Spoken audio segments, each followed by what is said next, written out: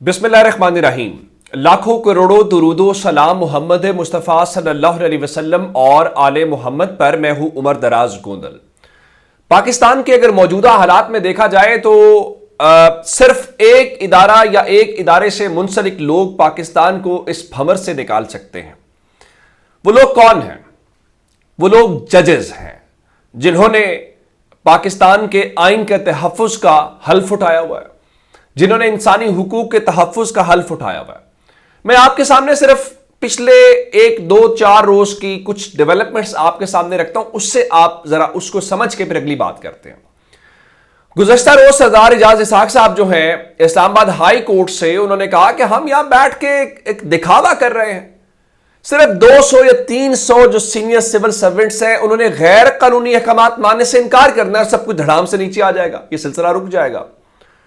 اس سے پیچھے چلتے ہیں کہ 4 کیسز کے اندر عمران خان کو بریت ہوئی ان کی، جس میں کہا گیا ظاہر ہے کہ عمران خان کے اوپر یہ فضول بےہودہ کیسز بنائے گئے ہیں جن کا حقیقت سے کوئی تعلق نہیں ہے۔ ظاہر ہے وہ ججز بھی یہاں سے ہیں۔ اس سے بڑی ڈیولپمنٹ کیا تھی؟ اگر آپ کو یاد ہو، میں نے جب آپ کو بتایا تھا کہ 9 مئی سے جڑے ہوئے 5 لوگوں کی جب ضمانت ہوئی تو اس میں جسٹس جمال مندوخیل اور باقی جو فاضل ججز تھے ان کے ریمارکس تھے، جس میں یہ بھی کہا گیا تھا کہ جناب کیا سی سی ٹی وی کیمرے کی فوٹیج کہاں ہے؟ بڑے بنیادی سوالات اٹھانے کے بعد جب یہ دفاع پیش کیا گیا کہ جناب وہ ہماری اسپیشل برانچ کا لاہور کا ایک ہیڈ کانسٹیبل ہے، اس کی سٹیٹمنٹ ہے فلاں فلاں، تو جج صاحب نے کہا خدا کا خوف کرے، کیا ہم ہیڈ کانسٹیبل کے ایک بیان کے اوپر ملک کے سابق وزیر اعظم کو غدار مان لیں؟ کچھ خدا کا خوف کرے، ہم کس طرف جا رہے ہیں؟ یہ سینیریو ہے ایک ہمارے سامنے۔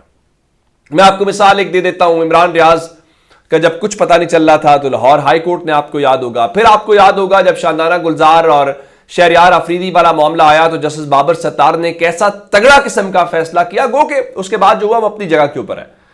لیکن آج پھر اب جسٹس سمن رفت صاحب آئیے، باقی سب جو ججز ہیں ان کے سامنے گل حسن اورنگزیب صاحب جو ہیں ان کے سامنے اب اڈیالہ جیل کے سپرڈنٹ مافیا مانگتا ہوا دکھائی دے رہا ہے۔ بتانے کا مقصد یہ ہے کہ اگر جج صاحب اپنی پوزیشن کو سمجھ لیں، کھڑے ہو جائیں، پھر کوئی چیز ان کو روک نہیں سکتی۔ لیکن ہم نے پچھلے تھوڑے عرصے میں پاکستان کی عدلیہ کے حوالے سے بہت کچھ دیکھا۔ ہم نے دیکھا جب عمران خان کی حکومت گرنی تھی اس رات عدالتیں کھلی رات کو، کس نے کھلوائیں، کیوں کھلوائیں، وہ تاریخ کا ایک حصہ ہے۔ اس کے بعد ہم نے دیکھا الیکشن سے عین پہلے پاکستان کی سب سے مقبول جماعت سے ان کا انتخابی نشان چھین دیا گیا۔ وہ انتخابی نشان چھیننے کے نتیجے میں جو بحران پیدا ہوا، ہم اس سے اس وقت لمحے تک بھی نکل نہیں پا رہے، اور ملک کی سب سے بڑی سیاسی جماعت کا تو قتل کیا ہی گیا۔ پاکستان کے لوگوں کا بنیادی حق مارا گیا کہ وہ اپنے پسندیدہ انتخابی نشان کے اوپر کیا مہر لگا پائیں گے کہ نہیں لگا پائیں گے، جو کہ ان سے چھین دیا گیا۔ اس کے نتیجے میں باقی جو تماشے لگے ریزرو سیٹوں کا، باقی وہ آپ کے سامنے ہے۔ لیکن اب ایک بڑی خبر ہے، اور بڑی خبر یہ ہے کہ بالآخر یہ ججز بول پڑے ہیں۔ اور کس لیے بول پڑے ہیں؟ جو عوام کے اندر ان کی پرسپشن ہے، عوام میں ان کی جو رائے ہے، اب ججز بولنا شروع ہو گئے ہیں کہ ہم یہ کیوں کر رہے ہیں، یہ کیوں ہو رہا ہے اس ملک کے اندر۔ اب اس حوالے سے اطلاعات ہیں کہ جس میں سپریم کورٹ کے ججز ہیں، جس میں اسلام آباد ہائی کورٹ کے ججز ہیں، جس میں لاہور ہائی کورٹ کے ججز ہیں، وہ کیا کہہ رہے ہیں، کون کون ججز ہیں۔ حسنات ملک جو ہیں ٹرائیبیون سے منسلک ہیں، بڑے سینئر کورسپونڈنٹ ہیں، اور انہوں نے رات شاہ زیب خانزادہ کے شو میں بیٹھ کے یہ کہا ہے کہ انٹرنلی ججز میں ڈیبیٹ ہو رہی ہے، ججز سوالات اٹھا رہے ہیں، اپنے تحفظات کا اظہار کر رہے ہیں کہ یہ ہم کیا کر رہے ہیں۔ اور پھر ایک اور بات ہے، ججز کی رائے یہ ہے کہ ان سے ان کی سپیس کم کی جا رہی ہے، یعنی ان کے اختیارات محدود کیے جا رہے ہیں، کوئی اور ہے جو ان کی جگہ لے رہا ہے۔ تو ججز اس بات کے اوپر اب قائل دکھائی دیتے ہیں کہ ہمیں اپنی یہ جو سپیس ہے، اپنی جگہ واپس لینی پڑے گی اگر ہمیں عوام کے اندر اعتماد بحال کرنا ہے۔ اور اس حوالے سے حسنات ملک صاحب کا دعویٰ یہ ہے کہ سپریم کورٹ میں جیسے آپ نے دیکھا کہ صحافیوں کے خلاف جب JIT بنی، جب اسد طور کو گرفتار کیا گیا تو وہاں پہ بڑے سیریس کنسرنز کا اظہار کیا گیا ہے، اور یہ سب قاضی فائز عیسیٰ صاحب کی عدالت میں ہے چونکہ وہ چیف جسٹس ہیں. اور یہ اس وقت سارا کچھ چل رہا ہے جب آپ نے دیکھا ہوگا کہ فوجی عدالتوں کا کیس لگ گیا، اور اس سے پہلے یہ نہیں لگ رہا تھا. جواد خواجہ صاحب کو خط لکھنا پڑا، ایون تحریک انصاف کے بلے کے نشان کی اپیل ابھی تک نہیں لگی.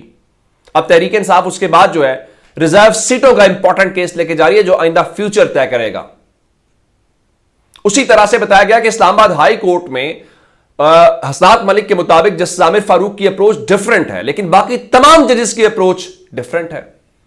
کیونکہ ایک کنسرن یہ بھی تھا کہ کیوں سارے کیسز جسٹس عامر فاروق صاحب کی عدالت میں لگ رہے، جس کے بعد اب کیسز باقی ججز کے اندر بھی لگائے جا رہے ہیں، اور آپ اس کا نتیجہ بھی دیکھ رہے ہیں کہ سب کچھ ہو رہا ہے اس چیز سے ہٹ کے.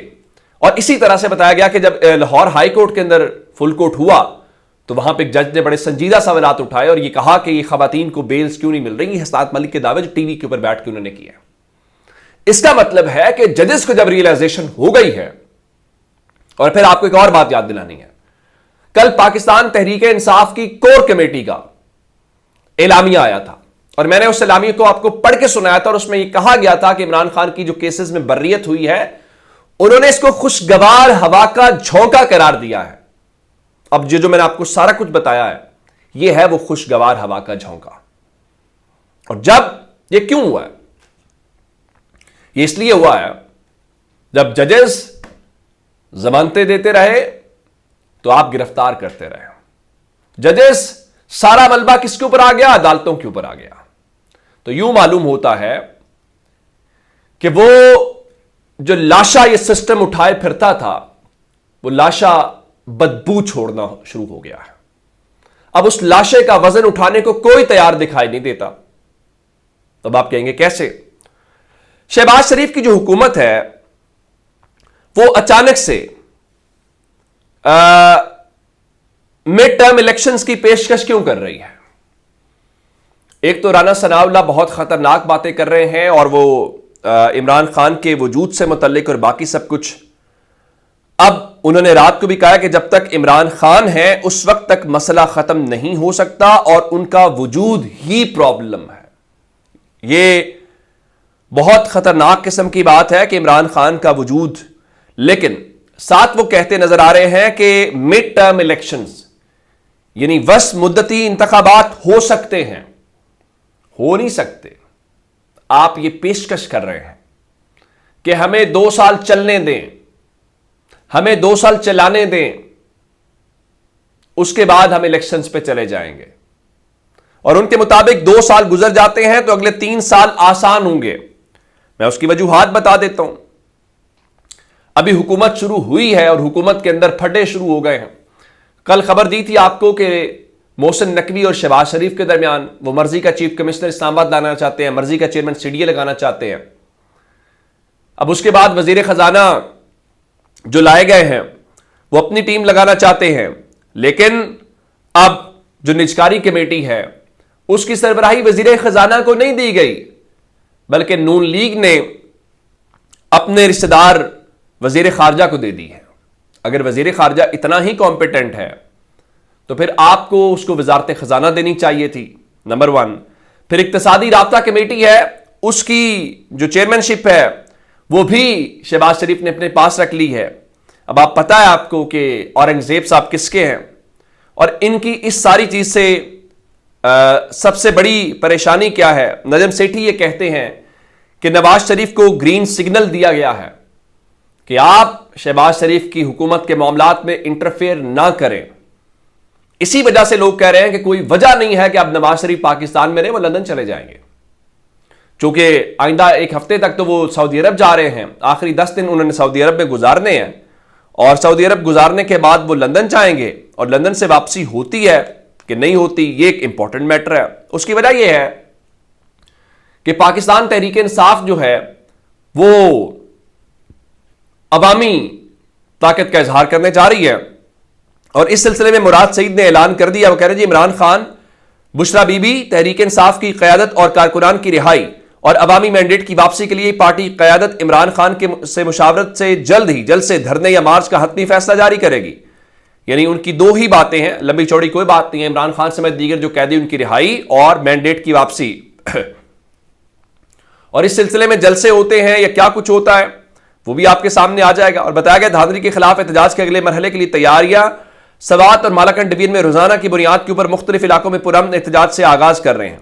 یعنی وہ خیبر پختونخوا سے اس کا آغاز کر رہے ہیں, اس کے بعد اس کو پورے ملک میں شامل کریں گے. اس کے علاوہ مراد سعید نے کہا جی ہر اجلاس میں ٹاک شو میں عمران خان کی تصویر کے ساتھ شرکت کریں, جس کا مطلب ہے کہ تحریک انصاف بھرپور موڈ میں دکھائی دے رہی ہے. اور پھر آپ جانتے ہیں اگلے چند دنوں کے اندر کچھ اہم چیزیں ہوں گی جس میں سائفر کیس ہے, ظاہر ہے وہ میرٹ کے اوپر اڑے گا. یہ تو نجم سیٹھی بھی گواہی دیتے ہوئے دکھائی دیے. تو جب وہ سب کچھ اڑے گا تو آپ جانتے ہیں کہ تحریک انصاف کے کارکنوں کا جو مورال ہے وہ کہاں پہ ہوگا. اور وہ تو ابھی کہہ رہے ہیں ہم نہیں تسلیم کرتے شہباز شریف کی حکومت کو. اور حتیٰ کہ گزشتہ روز اجلاس بلایا تھا گورنر نے اور وہ اجلاس نہیں ہو سکا کیونکہ وہ صوبائی حکومت کہتی ہے وہ اجلاس مناسب نہیں ہے. پھر علی امین گنڈاپور نے کل میڈیا کو کہا کہ کچھ صحافیوں نے ان سے شکوہ کیا کہ آپ انٹرویوز نہیں دیتے. تو کہا بالکل انٹرویوز دوں گا, لیکن تب جب انٹرویوز لائیو جائیں گے, ریکارڈڈ نہیں ہوں گے, اس کو ایڈٹ نہیں کیا جائے گا. ویسے ایک سوال آپ کے سامنے ضرور ہے, اس سوال کا جواب آپ نے ضرور دینا ہے. جتنی کوریج میڈیا مریم نواز کی میٹنگز ان کے ادھر جانے کو دے رہا ہے, کیا باقی تمام صوبوں کے وزیر اعلیٰ یعنی علی امین گنڈاپور, مراد علی شاہ, سرفراز بگٹی, کیا اتنی کوریج جتنی ایک مریم نواز کو مل رہی ہے باقی 3 صوبوں کے وزیر اعلیٰ کو بھی اتنی مل رہی ہے؟ اس کا جواب ہاں یا نہ میں ضرور دیجیے گا. دوسرا, سوشل میڈیا کے اوپر عمران ریاض اور شاہد آفریدی کے درمیان بھی ایک میچ چل رہا ہے. اب شاہد آفریدی جو ہیں انہوں نے جو سٹیٹمنٹ دی, ظاہر ہے وہ کھلاڑی ہیں, وہ جب اس قسم کی باتیں کریں گی تو اس کا ایک رد عمل آئے گا اور کھلاڑیوں کو کھیل تک رہنا چاہیے. اور عمران ریاض کے متعلق پھر اس کے رد عمل میں مسلم لیگ نون اور باقی جو ہیں وہ ایک پوری مہم راز سے چلا رہے ہیں جی وہ ایک ٹرول ہیں. تو آپ اگر وہ ٹرول ہیں جو ہیں, آپ کو اتنی پریشانی کس بات کی ہے, آپ اس چکر میں کیوں بڑھ رہے ہیں؟ لیکن بہرحال اس کے اوپر دونوں طرف سے ہے. اور اگر شاہد آفریدی کوئی بھی پولیٹیکل جب سٹیٹمنٹس دے گا تو پولیٹیکل سٹیٹمنٹس کے اوپر تو پھر بحث بھی ہوتی ہے, رد عمل بھی آتا ہے, جماعتوں کی طرف سے آتا ہے, لوگوں کی طرف سے آتا ہے. تو عمران ریاض جو ہیں ان کو لوگ پسند کرتے ہیں, لوگ ان کو سنتے ہیں, ان کی بات سنی جاتی ہے, وہ بہت قابل احترام بھی ہیں اور جس مشکل چیز سے وہ نکل کے آئے ہم سب جانتے ہیں. لیکن آج کا دن چونکہ آج 23 مارچ ہے اور ہم یوم پاکستان مناتے ہیں, اللہ تعالیٰ پاکستان کو ہمیشہ سلامت رکھے, مضبوط کرے. صرف ایک سوال ہے کہ آج کا دن تو ہم نے قرارداد پاس کی تھی, انڈیا ایک یوم جمہوریہ مناتا ہے یعنی جمہوریت کا دن. ہم جمہوریت کا اور اس قسم کا دن کب مناتے ہیں یا نہیں مناتے, تو کیوں نہیں مناتے؟ ایسا ہی سوال تو ہے. اپنا بہت سارا خیال رکھیے گا. خدا حافظ.